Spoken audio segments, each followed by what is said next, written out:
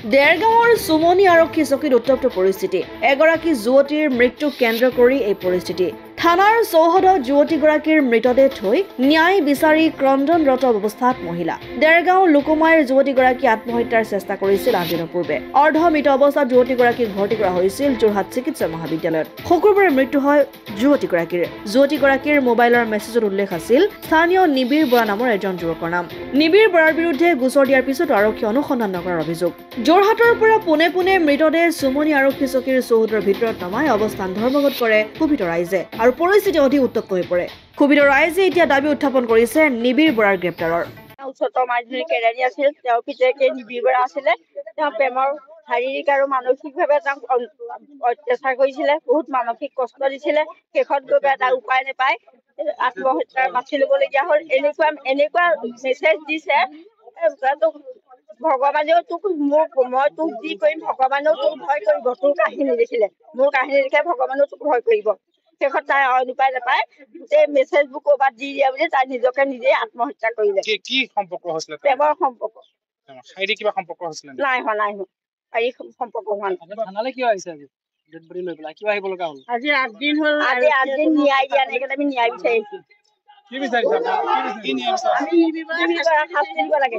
আমি নিবিৰ বৰা শাস্তি দিব লাগে। মাকে ইমান ফোন কৰিলে, আমাৰ কৃষ্ণা বা মাকে ইমান ফোন কৰিলে।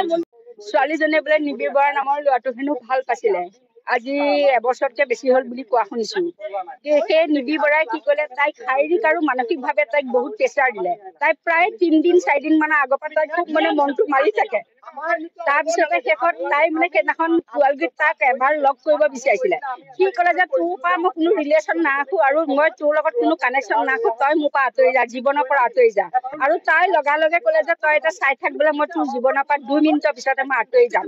আৰু ভিডিঅ' কল কৰি পেলাই তাই নিজে এইটো কাম বাছি ল'লে।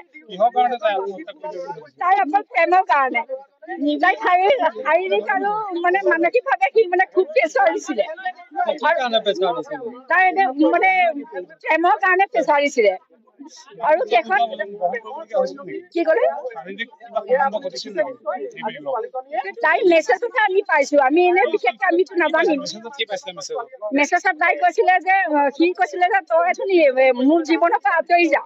আৰু তাই তেতিয়া কৈছিলে যে তই যদি নিনিয় মই ইয়াৰ পৰা মই 2 মিনিটৰ পিছতে আঁতৰি যাম। সেইটো বুলি আমি মেছেজতে পাইছো। প্ৰেমৰ কাৰণে বুলি কৈছে। দিন হ'ল ছোৱালীজনী হস্পিটেলত আছে।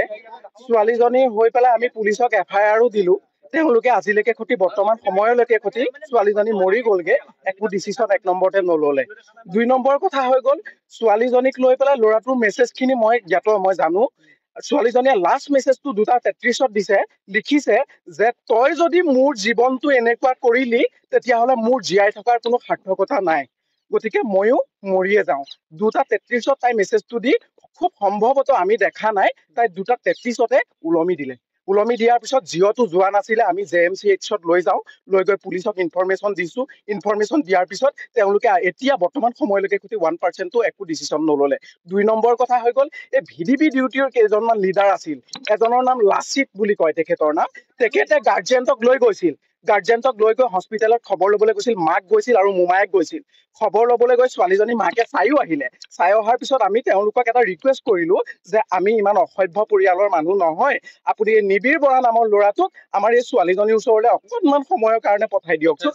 কিজনী ছোৱালীজনীয়ে সেই ল'ৰাটোৰ মাতটো শুনিলে কিজনী তেওঁ আকৌ জিঅ'টো আহেই, কিবা এটা হয়, ৰিলিফ পায় অকণমান। কিন্তু সেই লাচিত বৰা নামৰ মানুহজনে সেই মানুহজনীক পলিটিকেলি বাহিৰত চাহ খাওঁগে বুলি কৈ পলুৱাই লৈ আহে। তাৰ প্ৰমাণ আমাৰ 2টা হেলমেট JMCHত এৰি থৈ গুচি আহিছে। তাৰপিছতো আমি পুলিচক আকৌ ইনফৰমেশ্যন কৰিলো যে অকণমান ইনভেষ্টিগেশ্যন কৰক, আমাক অকণমান সহায় সহযোগ কৰক। কিন্তু পুলিচ মৌন। পুলিচ এতিয়ালৈকে নাই যোৱা। পুলিচ যায় VDP ডিউটিৰ লগত কিবা আলোচনা আলাপ কৰে, তাৰপিছত আকৌ পুলিচ ঘূৰি আহে। তাৰপৰা পুলিচে কিবা কৰিছে, মাজত কিবা কৰিছে, একো ডিচিশ্যন এতিয়ালৈকে নল'লে। পুলিচ প্ৰশাসন এখন থানাৰো হয়, দেৰগাঁও থানাৰো হয়। লাচিত বৰতামুলী তেওঁৰ নাম। VDP ডিউটিৰ মানুহজন হ'ল লাচিত বৰতামুলী। এতিয়া আমি প্ৰতিবাদ কৰিছো। এই কাৰণে আমি প্ৰতিবাদ কৰিছো, আমাক ন্যায় লাগে। আমাৰ ডেড বডিটো এতিয়া অৱশেষত মৰি গ'লগে। জীয়াই থকা সময়ত সেই ল'ৰাটোক আমি ইমান ৰিকুৱেষ্ট কৰিলো পুলিচ প্ৰশাসনক যে ল'ৰাটোক এবাৰ আপোনালোকে লৈ আহক, কিন্তু ল'ৰাটোক প্ৰশাসনে নিব নোৱাৰিলে।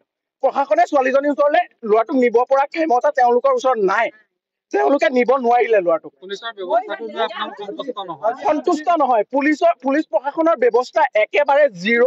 আপোনালোকে কি কয় পুলিচ প্ৰশাসনৰ ব্যৱস্থাটো? একেবাৰে জিৰ', একো ব্যৱস্থা নহলে।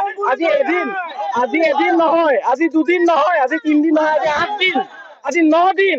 9 দিনতো এবাৰো খবৰ লৈ পুলিচে একো ইনভেষ্টিগেশ্যন চলাব নোৱাৰিলে। এটা কথা কওকচোন, ছোৱালীজনীয়ে এনেকুৱা এটা ইমান ডাঙৰ সিদ্ধান্ত কি কাৰণে ল'বলগীয়া হ'ল বুলি আপোনালোকে? আমি ভাবো ছোৱালীজনীৰ লগত এই নিবিড় বুঢ়া ল'ৰাটোৱে মানসিকভাৱে ৰিলেশ্যন, শাৰীৰিকভাৱেও কৰিলে ছোৱালীজনীৰ লগত। শাৰীৰিক ৰিলেশ্যন কৰিলে। ছোৱালীজনী খুব সৰু ছোৱালী হয়, 19-20 বছৰ হৈছে তাইৰ লগত এই ল'ৰাটোৱে ফিজিকেলিও টৰ্চাৰ কৰিলে। সাধাৰণতে সৰু ছোৱালী এজনীৰ লগত ফিজিকেলি টৰ্চাৰ কৰিলে তাইৰ আকৃষ্টতাটো বাঢ়ি যায় ন। এই অৱশেষত গৈ তাক ৰিকুৱেষ্টো কৰিছিলে, তই মোৰ জীৱনটো এনেকুৱা নকৰিবি। কিন্তু সি কি ক'লে, তই বোলে মোৰ লাইফত থকাৰ কাৰণে মোৰ জীৱনটো বন্ধহে হৈছে। তেতিয়াহ'লে তোৰ জীৱনটো যদি বন্ধ হৈছে, তেতিয়াহ'লে মই আৰু তোৰ লাইফত নাথাকো। মই বিদায় ললো আজিৰ পৰা, আজিয়ে খতম ল'ম। এইটো মই কোৱা কথা নহয়, এইটো ফুল মেছেজত আছে। এই কথাখিনি আপোনালোকক প্ৰুফ সহকাৰে আমি দিব পাৰিম। দেৰগাঁৱৰ পৰা ইন্দুভূষণ মহন্তৰ ৰিপৰ্ট, অসম আদিত্য।